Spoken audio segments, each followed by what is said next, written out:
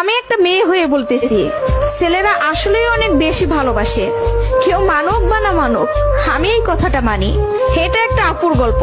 আপু আমাকে বলছিল, আমি যখন ইন্টার ফার্স্ট ইয়ারে পড়ি, একটা ছেলে আমার পিছনে সব সময় ঘুরঘুর করতো।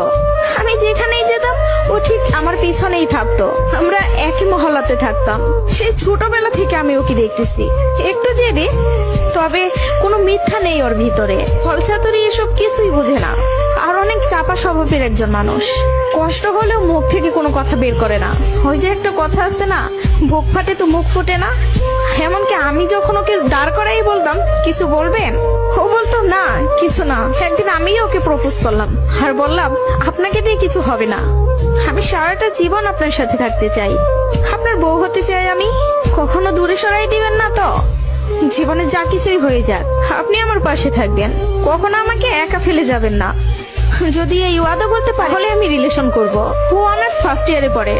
ও বলল, জীবনে যা কিছুই হয়ে যাক, আমি তোমাকে কখনো ছাড়বো না। আমাদের সম্পর্কের বয়সটা যখন 2 বছর, তখন আমার বাসায় বিয়ের প্রেসার দেওয়া শুরু হয়ে গেল। ফ্যামিলি দেখে ছেলে খুঁজতেছে, সরকারি চাকরিওয়ালা, বিসিএস ক্যাডার। এসবের মধ্যে আমি ওর কথা বলতে ভয় পেতাম, কারণ ও এখনো পড়ালেখা করতেছে।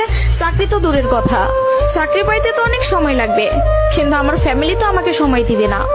আমি অনেক কষ্টে আম্মুকে রাজি করাই। আম্মু যেন আব্বুকে এই কথাটা বলে, আর আম্মু আব্বুকে বলে।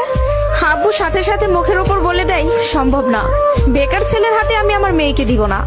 তখন আমিও ভাবছিলাম, কথাটা তো ভুল না, কথাটা তো সঠিক। কোনো বাবা মাই চাইবে না বেকার ছেলের কাছে মেয়েকে বিয়ে দিতে। আমি নিজেও তো কখনো চাইবো না, কিন্তু তারপরও মাথায় চলতেছে, আমি যদি ওকে হারাই ফেলি, আর কখন কি ফিরে পাবো ওকে? আমি তো আর ফিরে পাবো না। পরবর্তীতে আমি ওকে সব বলি, ওকে বলি কি করব বলো। তখন বুঝতে পারতেছিলাম ও কান্না করতেছে। ও আমাকে বলে, আম্মু ডাকতেছে, জাস্ট একটা মিনিট, আমি আম্মুর কথাটা শুনে আসি। তুমি একটু লাইনে থাকো, এসে তোমার সাথে আমি কথা বলতেছি। আমি তোমার জীবনে আছি 2টা বছর, কতটুকু আমাকে চিনো জানো আমি জানি না, কিন্তু তোমার পরিবার তোমার সাথে 18টা বছর তোমার পাশে আছে। আমি কখনো বলবো না যে তুমি তাদের ছেড়ে আমার কাছে চলে আসো। আমি জানি না আমার বাসায় থেকে মেনে নিবে কিনা। পড়ালেখা শেষ করতে করতে আরো 2টা বছর লেগে যাবে। কবে চাকরি পাবো সেটারও তো কোনো ঠিক নাই। আমি যদি তোমাকে ভালো না রাখতে পারি, আমি তো নিজেকে কখনো মাফ করতে পারবো না। আমার কাছে তোমার হাসিটা অনেক দামি।